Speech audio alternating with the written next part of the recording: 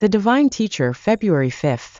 His name will be called Wonderful Counselor, Mighty God, Everlasting Father, Prince of Peace. Isaiah 9 verse 6.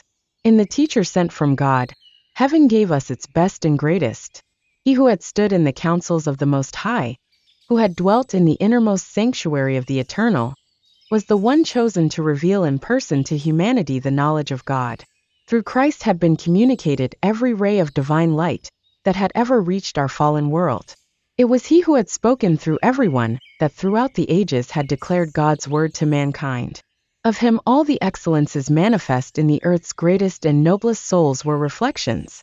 The purity and beneficence of Joseph, the faith and meekness and long-suffering of Moses, the steadfastness of Elisha, the noble integrity and firmness of Daniel, the ardor and self-sacrifice of Paul, the mental and spiritual power manifest in all these men, and in all others who had ever dwelt on the earth, were but gleams from the shining of his glory. In him was found the perfect ideal. To reveal this ideal as the only true standard for attainment, to show what every human being might become, what through the indwelling of humanity by divinity, all who received him would become. For this, Christ came to the world. He came to show how we are to be trained as befits the sons and daughters of God, how on earth we are to practice the principles, and to live the life of heaven. God's greatest gift was bestowed to meet our greatest need.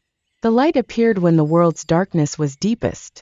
Through false teaching, people's minds had long been turned away from God. In the prevailing systems of education, human philosophy had taken the place of divine revelation.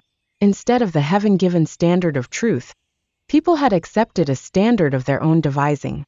From the light of life they had turned aside to walk in the sparks of the fire which they had kindled. Anyone who seeks to transform humanity must himself understand humanity. Only through sympathy, faith, and love can people be reached and uplifted. Here Christ stands revealed as the Master Teacher.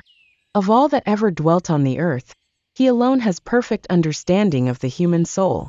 Education 73, 74, 78. Subscribe, like, comment, share.